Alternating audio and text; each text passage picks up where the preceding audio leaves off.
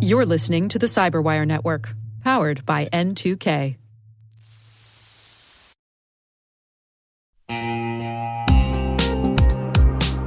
Hey everybody, Dave here. I've talked about Delete Me before, and I'm still using it because it still works. It's been a few months now, and I'm just as impressed today as I was when I signed up. Delete Me keeps finding and removing my personal information from data broker sites, and they keep me updated with detailed reports, so I know exactly what's been taken down. I'm genuinely relieved knowing my privacy isn't something I have to worry about every day. The Delete Me team handles everything. It's the set it and forget it peace of mind. And it's not just for individuals. Delete Me also offers solutions for businesses, helping companies protect their employees' personal information and reduce exposure to social engineering and phishing threats. And right now, our listeners get a special deal, 20% off your Delete Me plan.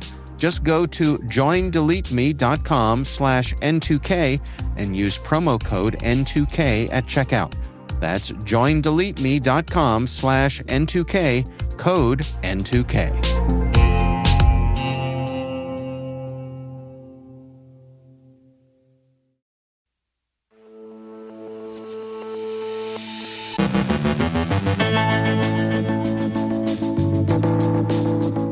Fortinet patches a critical flaw in its FortiWeb web application firewall. Hackers are exploiting a critical vulnerability in Wing FTP server. U.S. Cyber Command's fiscal 2026 budget includes a new AI project. CHCH's cybersecurity agency has issued a formal warning about Chinese AI company DeepSeek. The Do Not APT group targets Italy's Ministry of Foreign Affairs. Mexico's former president is under investigation for alleged bribes to secure spyware contracts. The FBI seizes a major Nintendo Switch piracy site. CISA releases 13 ICS advisories. A retired U.S. Army lieutenant colonel pleads guilty to oversharing classified information on a dating app.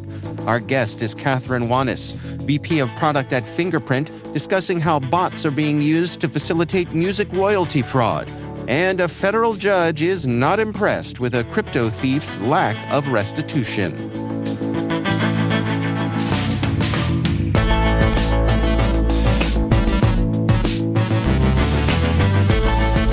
It's Friday, July 11th, 2025. I'm Dave Bittner, and this is your CyberWire Intel Briefing.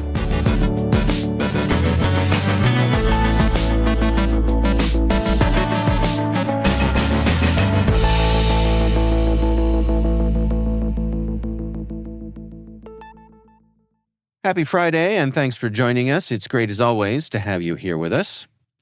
Fortinet has patched a critical flaw in its FortiWeb web application firewall affecting multiple versions. With a CVSS score of 9.6, the vulnerability allows unauthenticated attackers to run unauthorized SQL commands and potentially achieve remote code execution via the GUI component. If you run FortiWeb, isolate its web admin interface from the internet and plan to patch quickly. If patching is going to be delayed, consider disabling the web admin interface entirely, although this blocks normal admin access. Disabling the admin interface is only a temporary mitigation, not a permanent fix. Patching remains the safest and easiest solution. Hackers are exploiting a critical vulnerability in Wing FTP server to execute arbitrary code remotely.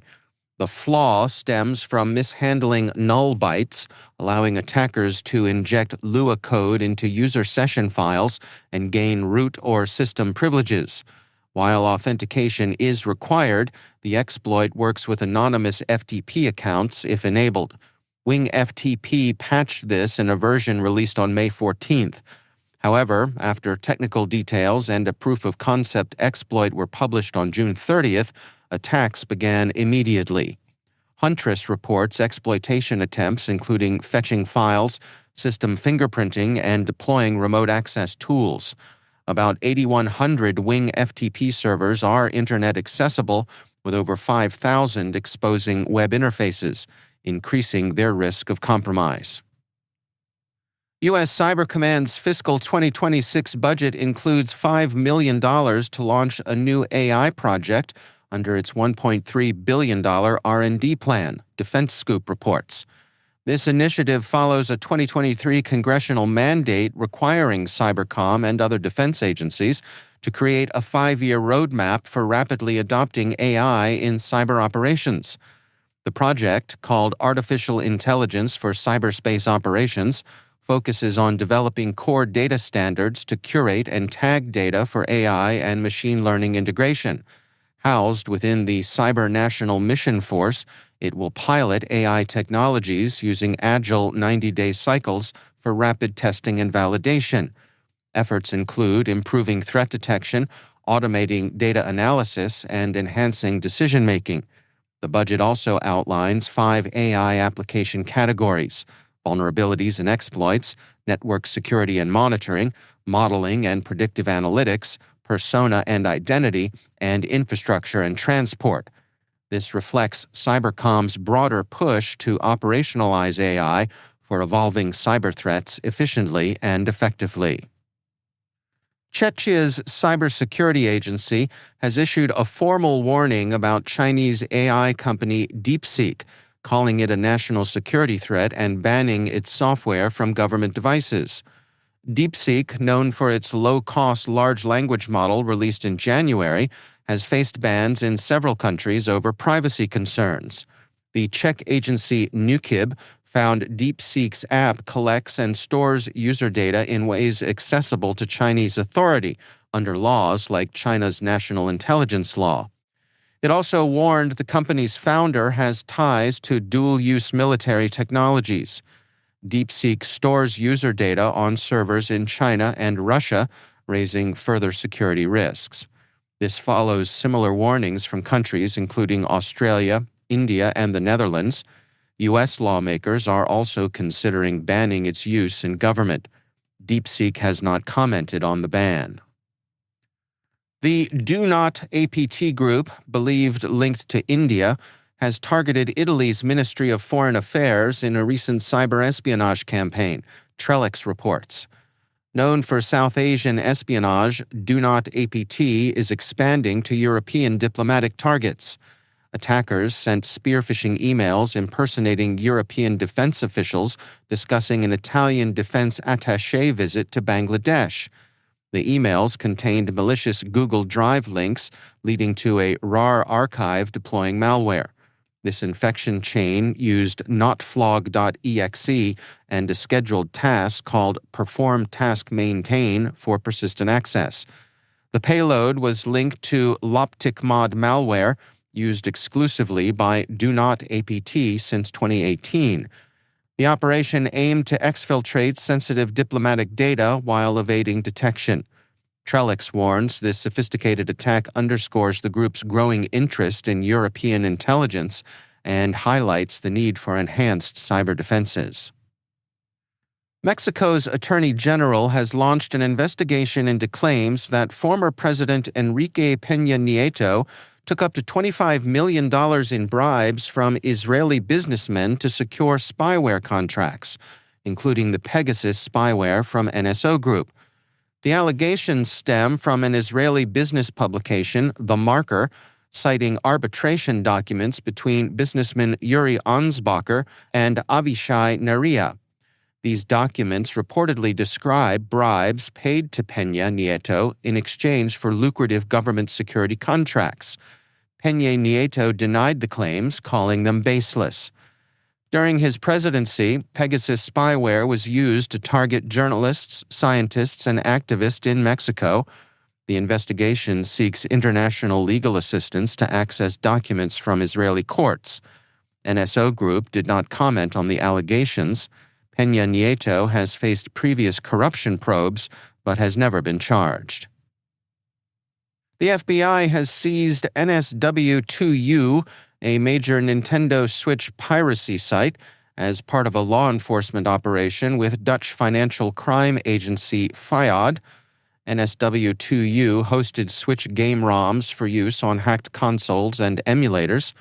The takedown follows Nintendo's ongoing crackdown on piracy, including lawsuits against emulator creators and ROM sites. NSW2U was added to the EU piracy watch list in May. Users reported downloading games shortly before its seizure. Nintendo aims to tighten security further with the recent Switch 2 launch. Yesterday, CISA released 13 advisories detailing vulnerabilities in industrial control systems affecting products from Siemens, Delta, Advantech, Kunbus, and others. The flaws range from issues in Siemens TIA components and SIMATIC hardware to Kunbus's RevPi, Delta's DTM soft, and Advantech's iView, among others. CISA urges organizations using ICS equipment to review these advisories promptly and implement recommended mitigations to secure critical infrastructure. David Franklin Slater, a 64-year-old retired U.S. Army lieutenant colonel and civilian Air Force employee, has pleaded guilty to sharing national defense secrets with a woman he met on a dating app. From February to April 2022, Slater, who held top-secret clearance at Strategic Command in Nebraska, shared classified details about Russia's war in Ukraine, including military targets and Russian capabilities. The woman, identified only as co-conspirator 1, called him her secret informant love and repeatedly requested sensitive information. Despite signing non-disclosure agreements acknowledging potential harm to U.S. security, Slater shared these secrets via email and online messages. He faces up to 10 years in prison, supervised release, and a $250,000 fine. Sentencing is set for October 8th.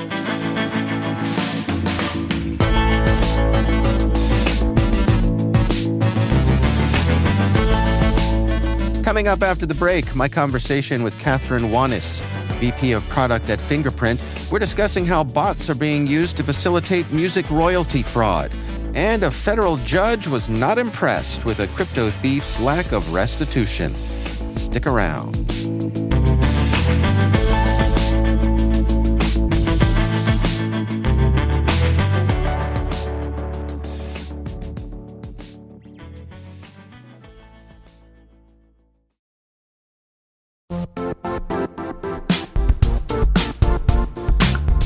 Compliance regulations, third-party risk, and customer security demands are all growing and changing fast.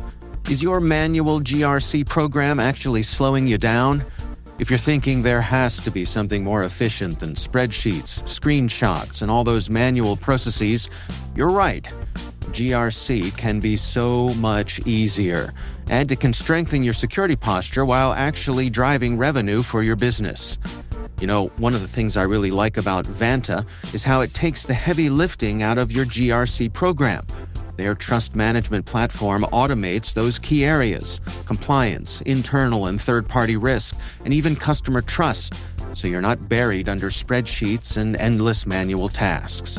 Vanta really streamlines the way you gather and manage information across your entire business. And this isn't just theoretical. A recent IDC analysis found that compliance teams using Vanta are 129% more productive. It's a pretty impressive number. So what does it mean for you? It means you get back more time and energy to focus on what actually matters, like strengthening your security posture and scaling your business. Vanta, GRC. Just imagine how much easier trust can be. Visit vanta.com/cyber to sign up today for a free demo. That's vanta.com/cyber.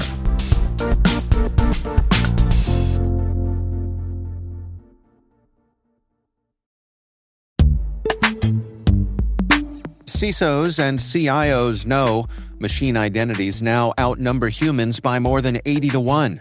And without securing them, trust, uptime, outages, and compliance are at risk. CyberArch is leading the way with the only unified platform purpose-built to secure every machine identity, certificates, secrets, and workloads across all environments, all clouds, and all AI agents. Designed for scale, automation, and quantum readiness, CyberArch helps modern enterprises secure their machine future. Visit cyberarch.com/machines to see how.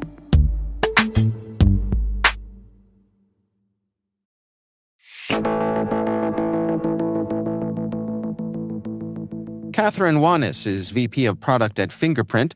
I recently caught up with her to discuss how bots are being used to facilitate music royalty fraud. So I'm talking today about really fraudsters that are creating fake artists, releasing AI-generated music, and launching thousands of AI bots to inflate streams and steal royalties from music streaming platforms. So in a recent case, a fraudster reportedly operated 10,000 bot accounts at once to stream his own AI-generated catalog and really get over $10 million allegedly using his bot army to stream his fake artists' AI-generated music. Well, help us understand for folks who may not be familiar with how the payment system works with streaming music. What sort of things did this person have to do to generate this income stream? Yeah, so basically, the first thing that he did was he signed up for many different artist accounts on a variety of different streaming services. So he signed up with various music distribution services that said, okay, I'm this artist, I'm that artist, I'm the other artist. He then tried to bring on several different folks to co-create music with him, but realized soon that he couldn't scale that. And so he then enlisted the help of AI to create thousands and thousands and thousands of independent songs, each of which lasted about 1 minute. So many streaming services have a minimum of 30 seconds of length for a given song. And so he made them 1 minute in length so that it wouldn't trip up any sort of fraudulent pieces. And then what he did is he set up racks and racks of laptops with 30, 40 different tabs open in each one and programmed each one to be able to play randomized playlists of his own music, sprinkling in a couple of other artists along the way to try not to trip up things as well, to make it look as if there were hundreds of different artists who were being streamed by thousands of different people. He then got paid for all of these different streams for all of his different artists that he had. And that's sort of how the fraud itself was actually perpetrated. Wow.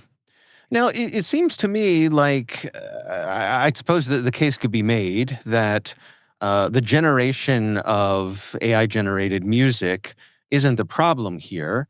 There are plenty of accounts I've seen on places like YouTube and the streaming accounts where people have AI-generated music and they're very upfront about it. And I know lots of people enjoy that as sort of background music, that sort of thing. But it seems to me like the real fraud here was setting up that army of bots to stream the music to trigger those plays, and that's how he got paid. Yeah, so definitely AI generated music does have its own challenges in terms of, especially if it's pulled from other artists, how do you appropriately copyright, protect those different artists and things like that as well. So this has been around since the days when you could do sampling and include things or potentially copy other pieces. But in this particular case, the main fraud was that it was someone who was trying to look as if there were multiple people. And this is called multi-accounting fraud. This is used a lot to try to perform things like promo abuse, or in this particular case, to pretend to be not only a bunch of different artists, but also to be a bunch of different humans listening to those different tracks. There are really 4 basic classes of fraud that we see automations and fraudsters trying to commit. One is someone trying to look like they're multiple people, which is, again, this multi-accounting fraud. The second one is someone trying to look like they are someone else in an account takeover situation. And the third one is really someone who's trying to look like they're somewhere else. So this could be something like regional abuse. And in this particular case, this was a case of multi-accounting fraud where he was trying to pretend to be thousands of real listeners listening to his music. And what ultimately led to his downfall? What ultimately led to his downfall is that the different streaming services fraud systems did eventually pick up on the fraud, looking at a variety of different clues that the systems generated that were involved in perpetrating the fraud. So many streaming services don't necessarily do real-time fraud detection. They do fraud detection at the point of paying out the royalties and so forth. So even though the case itself talked about $10 million worth of fraud, that was scattered across a wide variety of different streaming services. So it's not like one streaming service got hit with $10 million. The way that they found this out was through a variety of different techniques. One was being able to detect location obfuscation. So he was using VPNs, residential proxies, different IP addresses, and so forth. And there are ways that you can detect whether or not that's in use. Things like your time zone not matching, even what fonts they have installed on their machines and things like that that can tell them that. Secondly, was that they were able to detect that these automated scripts were being used. So that had bot detection as a part of it. And the third is the use of things like multi-accounting browsers or having multiple tabs open in the same browser. Sometimes using device intelligence, you can detect that sort of thing as well as all being part of the same machine, the same visitor, and so forth. What are some of the lessons to be taken away from this? For folks in our audience who are tasked with protecting their own organizations for the cybersecurity, are there general lessons here to be learned? Yeah, I think the main thing is that although he was using scripts to be able to facilitate streaming these different pieces in a world where ordinary users are increasingly going to be using automations to perform a variety of tasks. So, for example, Gartner estimates that 50% of all service requests in the next 5 years are going to be generated by automated agents as opposed to humans. It's not just a matter of looking to see whether or not there's an automation in use, but also what the intent of that automation might be. So being able to look at things, clues that can tell you, is this someone pretending to be multiple people or not? And whether that's through the use of multi-accounting browsers. There was another case of a rapper who used racks and racks of Android phones in his office, each of which was streaming that. So being able to detect device farms. Being able to detect device tampering, which a lot of fraudsters are using. So things like signal tampering, jailbroken phones, and so forth, as well as location obfuscation. Those are all different clues that folks need to be looking for in terms of detecting these fraudsters, and they all need to be used in conjunction with each other. It's not enough these days to just say, oh, this is a bot or this isn't. You have to be looking for these other clues. Yeah. I mean, I suppose this is the sort of cat and mouse game that we've seen with so many other things in this world of, as each side ups their game, they will both evolve. Yes, definitely. We definitely will see that. And if bot detection and automation detection ever becomes really robust and sophisticated, I think we'll start seeing people even paying people again, like the old days of click farming and things like that. So fraudsters are always staying one step. We're always trying to catch up with them. We've come a long way since people used to have a little notebook to write down their Nielsen viewing habits, right? Definitely. That's Catherine Wanis, VP of Product at Fingerprint.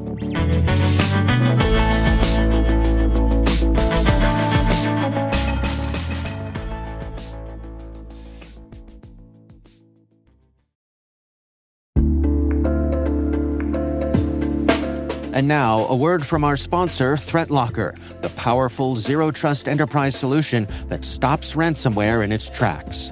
Allow Listing is a deny-by-default software that makes application control simple and fast. Ring fencing is an application containment strategy, ensuring apps can only access the files, registry keys, network resources, and other applications they truly need to function. Shut out cybercriminals with world-class endpoint protection from ThreatLocker.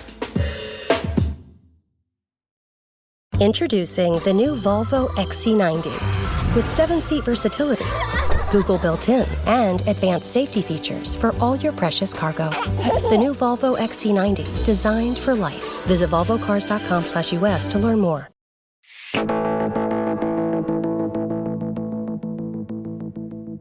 And finally, our F Around and Find Out desk tells us the tale of one Nicholas Trullia, who once thought 18 months in prison was a steep price for stealing $22 million in crypto.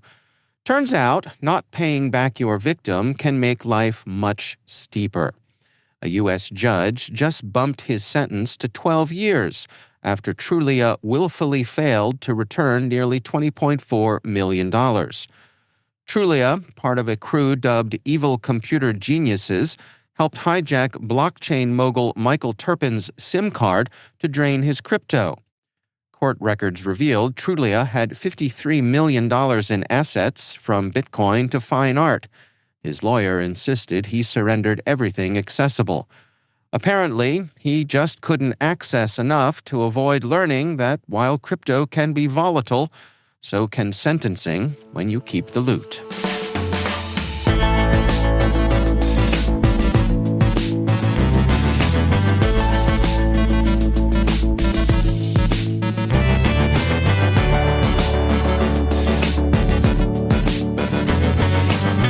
And that's the CyberWire.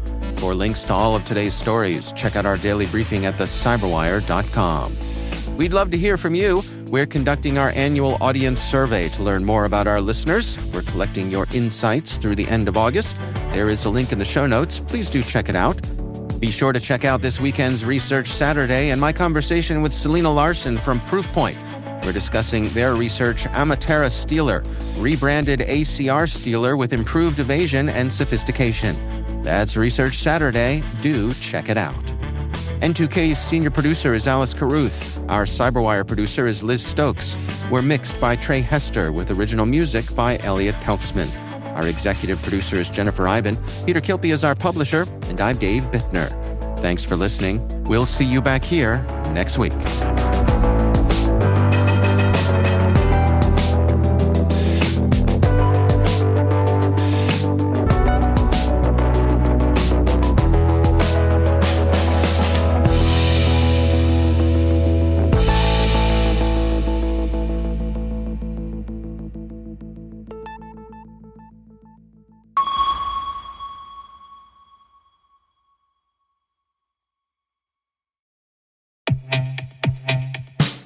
Krogel is AI built for the enterprise SOC, fully private, schema-free, and capable of running in sensitive air-gapped environments. Krogel autonomously investigates thousands of alerts weekly, correlating insights across your tools without data leaving your perimeter. Designed for high availability across geographies, it delivers context-aware, auditable decisions aligned to your workflows. Krogel empowers analysts to act faster and focus on critical threats, replacing repetitive triage with intelligent automation to help your SOC operate at scale with precision and control.